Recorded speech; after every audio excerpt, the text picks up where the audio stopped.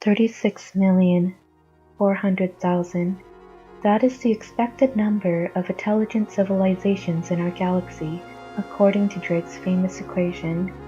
For the last 78 years, we had been broadcasting everything about us, our radio, our television, our history, our greatest discoveries to the rest of the galaxy.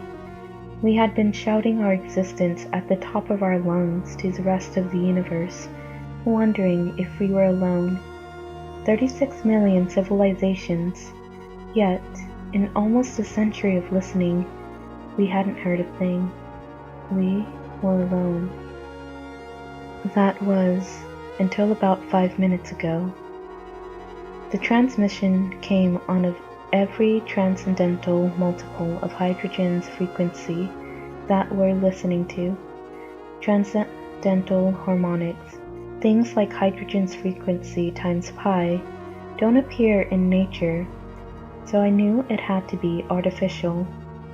The signal pulsed on and off quickly, with incredibly uniform amplitudes. My initial reaction that this was some sort of binary transition. I measured 1,679 pulses in the 1 minute that the transmission was active. After that, the silence resumed. The numbers didn't make any sense at first. They just seemed to be a random jumble of noise, but the pulses were so perfectly uniform and on a frequency that was always so silent. They had to come from an artificial source. I looked over the transmission again, and my heart skipped a beat. 1679. That was the exact length of the Akrabal message sent out 40 years ago.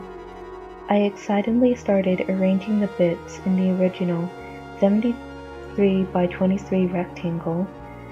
I didn't get more than halfway through before my hopes were confirmed.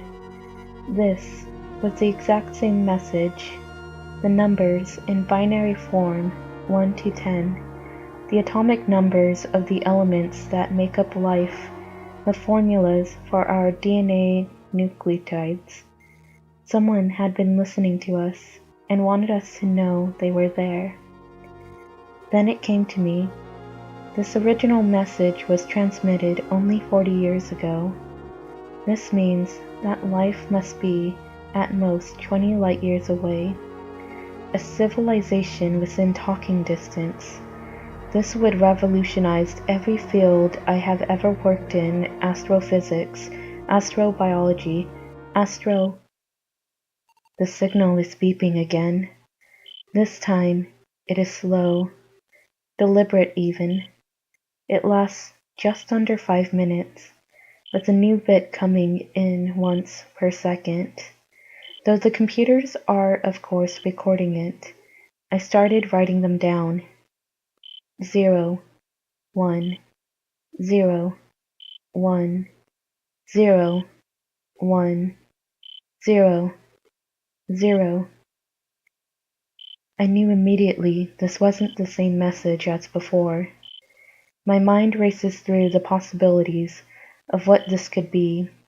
The transmission ends, having transmitted 248 bits. Surely this is too small for a meaningful message. What a great message to an other civilization could you possibly send with only 248 bits of information? On a computer, the only files that small would be limited to text. Was it possible? Were they really sending a message to us in our own language? Come to think of it, it's not that out of the question. We had been transmitting pretty much every language on the earth for the last 70 years. I began to decipher the first encoding scheme I could think of.